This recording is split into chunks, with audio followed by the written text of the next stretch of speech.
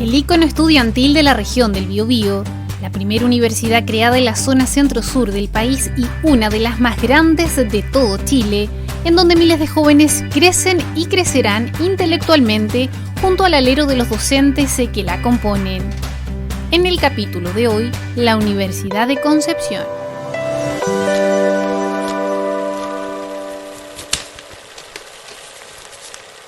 Nos encontramos en la Universidad de Concepción, uno de sus ingresos, pero en el principal. Vamos a hablar justamente en este capítulo de esta importante casa de estudios que ya está próxima a cumplir 100 años y quien ha estado a cargo de diferentes investigaciones, de dar a conocer justamente el patrimonio que existe en la Universidad de Concepción. Es Ricardo Uth, con quien nos encontramos. Ricardo, ¿cómo estás? Mucho gusto. Gracias por estar y por ser parte de nuestras cápsulas audiovisuales respecto de patrimonio e identidad. Encantado. Ricardo, a ver, nos encontramos, ¿verdad?, en el ingreso principal de esta casa de estudios, el arco de medicina, si lo conocemos todos, ¿verdad? Cuéntame un poquito respecto de esta estructura, por qué se pensó en construirla de esta forma, las imágenes también que nos encontramos en este lugar. A ver, este es un edificio monumental, tal vez es el más monumental de todos los edificios de la universidad. Hay que retrotraerse a la arquitectura de los años 40 y tanto. Perfecto. Este partió en el año 48, se terminó en el año 1950 y algo.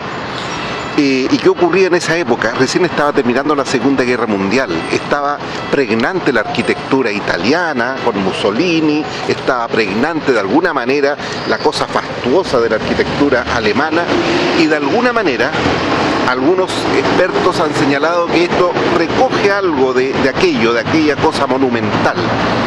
Tiene esta forma curva porque de alguna manera genera un espacio de acceso y de acogida. Pero además hay que decir que no solamente es el acceso funcional, puesto que es el eje, el inicio del principal eje de la universidad, sino que además es el acceso simbólico. Por eso es que el friso que vemos acá arriba, que lo hizo un escultor de apellido Ormesano, argentino, es una alegoría al saber, y si podemos ver, están sentada la diosa Atenea en un extremo y todas las disciplinas van hacia el saber. De alguna manera es una bienvenida, ¿no es cierto? Es una invitación al saber que está de aquí en adelante. Perfecto, y también nos encontramos en el ingreso con el símbolo, ¿verdad? Con la insignia también de esta casa de estudios, que también ahí hay parte de un mito, que no hay que pisarla porque eso no cuesta mucho o simplemente no estar en la universidad, parte también de las cosas que se cuentan acá, ¿verdad? Como muchos mitos. Perfecto, Ricardo, bueno, hay muchas cosas más que recorrer, ¿verdad?, acá en la universidad. Los invito a que sigamos recorriendo. Vamos. Ricardo, a ver, ya ingresamos a la universidad y nos vamos a encontrar ahora con uno de los edificios, o el edificio más antiguo que está actualmente en la universidad. El más antiguo que está quedando, porque la verdad es que el pabellón de anatomía, te invito a que vayamos a verlo, allá.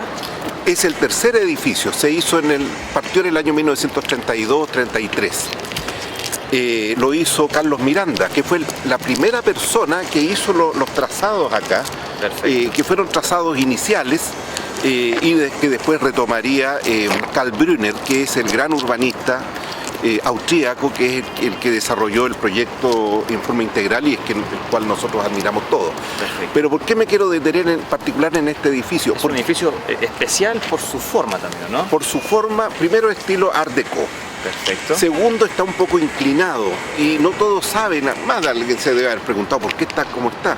Lo que ocurre es que por aquí pasaba la calle Víctor Lamas y pasaba por este sector y aquí daba la vuelta para empalmarse con Roosevelt. Perfecto. Y por eso este edificio está inclinado, porque en el fondo está tomando el andar de la calle.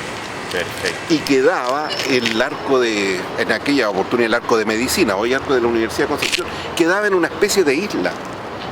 Perfecto. Y hubo gestiones largas de la universidad por tratar de hacer un campus único y no tener una isla con un edificio a un costado de la plaza. Aquí también, bueno, un edificio especial también porque, bueno, se hacen estudios de anatomía, funcionó también aquí la morgue por mucho tiempo. Este es el pabellón de anatomía y fue la morgue hasta hace poco. Claro.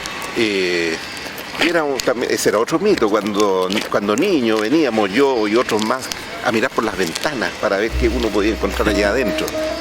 Pero es un edificio bastante interesante también, de lo arquitectónico. Es un edificio de un estilo muy interesante, Art Deco, como acabo de mencionar, y que fue recientemente remodelado. Hasta hace poco estaba oscuro, sí, con la fachada un poco deteriorada, y apareció, para mucha gente apareció el edificio con toda su belleza.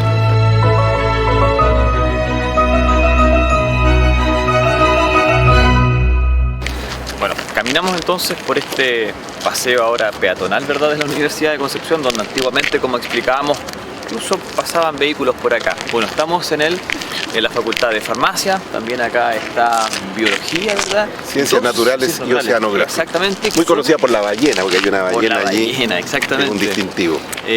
Dos edificios muy antiguos, de los más antiguos de esta casa de estudio. Estos son del año 34-35. Hay que decir que en la década entre el año 30 y 40 se construyeron la mayor parte de estos edificios antiguos.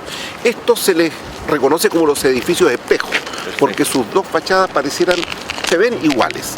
Pero la verdad es que son solo las fachadas, hacia el interior son totalmente diferentes. Mencionar de que había mucha gente que venía a ver estos edificios, que eran los primeros edificios de estilo modernista en su fase inicial, desprovisto de todo ornamento, muy distinto al que acabamos de ver. Acá el pabellón de anatomía, que tiene arabescos, tiene adornos. Claro. Y se hace este edificio que no tiene nada de adorno, y la gente lo venía a ver por feo. Esta parte antigua claramente es la obra de don Enrique Molina. Perfecto. Se le vincula a su rectoría, puesto que la parte que le continúa desde el foro hasta la biblioteca central, se puede decir que en conjunto es la obra de David Stichkin. Ya estamos llegando a la parte a lo mejor más concurrida, ¿verdad?, visitada por los estudiantes, que es el foro. Pero antes de aquello hay un edificio también bastante llamativo, ¿verdad?, el de Ciencias Sociales y Jurídicas. Así es. Este edificio, que es del año 1934-35, realizado por el arquitecto Enrique San Martín, tiene una particularidad. Fue un edificio realmente revolucionario para su época. ¿Por qué? Porque es la primera vez que se vio un edificio que no tenía pilares en las esquinas. Y ahí podemos ver que las ventanas prácticamente cierran en vidrio, ¿no es cierto?, en todo el vértice. Y eso era impensable para la época, en esos años 35, prácticamente era una cosa que no se había visto nunca, puesto que en el fondo, desde el punto de vista estructural, son unos volados que nacen o vuelan hacia cada uno de los extremos y se sujetan por una estructura de hormigón que está más bien hacia la parte central. En la rectoría de don David Stichkin se contrata a un arquitecto famoso que había trabajado en Francia, con Le Corbusier, uno de los padres de la arquitectura moderna, Emilio Duarte. Y él tiene el encargo de desarrollar la parte sur de la universidad, del campus. Y tiene el gran problema de tipo urbanístico, que es cómo ensamblar lo antiguo, que era un estilo del pasado para él, de los años 30, que es la parte que había desarrollado Kalkbrenner, cómo lo ensambla con la parte nueva, el estilo del futuro, de la época, un estilo totalmente distinto al anterior. Y entonces plantea crear estas escalinatas que son el foro, que en el fondo, más que hacer que la gente suba y baje para cansarse, genera un umbral que deja atrás el pasado y abre una verdadera postal de futuro. ¿Tiene un sentido el estar aquí? Tiene un sentido. Primero, estamos en el cruce de dos ejes importantes. El gran eje principal, que parte en el arco de la Universidad de Concepción y remata en la biblioteca, pero también hay un eje transversal y que sigue por la Laguna Los Patos hasta el final, un eje que estaba reservado para ir construyendo de a poco algunas edificaciones, pero lo interesante es que al remate de este eje estaba considerada la tumba de los rectores. Allí se iban a enterrar todos los rectores, partiendo por Enrique Molina, David Stichkin, etc. Por algún motivo que desconozco, se desechó ese proyecto. Años después, el arquitecto Borja Huidobro plantea ahí un museo que tampoco se lleva a cabo, seguramente por lo oneroso que esto resultaba, y eso es algo pendiente. Este es el eje pendiente.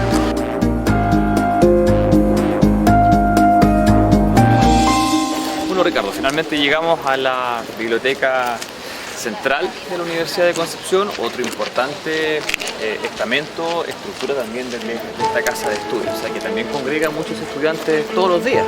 Sí, y también señalar de que fue un edificio, lo sigue siendo, también revolucionario para su época. En primer lugar, tiene una estructura de losa de casetones que permite en el fondo una planta libre. ¿Qué significa eso? Que la tabiquería que está dentro se puede sacar y mover y disponer como se necesite. Perfecto. No es algo que se está haciendo todo el tiempo, pero la estructura así lo permite. Por eso tiene estos pilares, ¿no es cierto? Estas columnas cilíndricas y hacia el interior tiene esta losa de casetones. El terreno que aquí había no era como lo vemos plano, aquí había un cerro que hubo que devastar para poder generar el plano horizontal e instalar este edificio. Se devastó a mano. ¿Y sabe, Hans, dónde se llevó toda esta tierra? ¿No? Se llevó para cubrir la hondonada, el valle que se producía allí entre los cerros, donde actualmente está la cancha. Es una cancha hecha con el relleno que se sacó de acá. Perfecto. Y por eso debe haber sido la cancha más cara que existe, porque una cantidad de metros cúbicos de tierra increíble que se llevó para allá. Pero de alguna manera se logró este espacio plano y se logró generar esa cancha que tenemos en ese lugar. Yo me atrevo a decir que la comunidad penquista regional y nacional siempre entendieron o reconocieron que este era un lugar importante, que es impensable visitar Concepción sin venir para acá. Pero la reciente declaratoria de Monumento Nacional de alguna manera viene a ensellar esto y está señalando de que este es un patrimonio nacional. Es decir, de todos los chilenos, que todo el país valora lo que aquí existe y por lo tanto es una manera de, como insisto, reconocer, ponerle el tilde y la firma del valor que esto tiene para todo el país. Muchas gracias. Encantado. Bueno, en cada postal de la ciudad de Concepción está el campus de la Universidad de Concepción, parte importante del patrimonio, de la identidad y de la historia de esta ciudad de Concepción. Conocimos en voz del arquitecto Ricardo Uch, quien se ha dedicado a investigar parte de la formación, de la creación de la Universidad de Concepción, toda su historia, el pasado de esta casa de estudios, cómo intentó darse este quiebre a través del foro, su campanil y el futuro que llega hasta la Biblioteca Central de la Universidad de Concepción, parte importante del patrimonio y de la identidad penquista.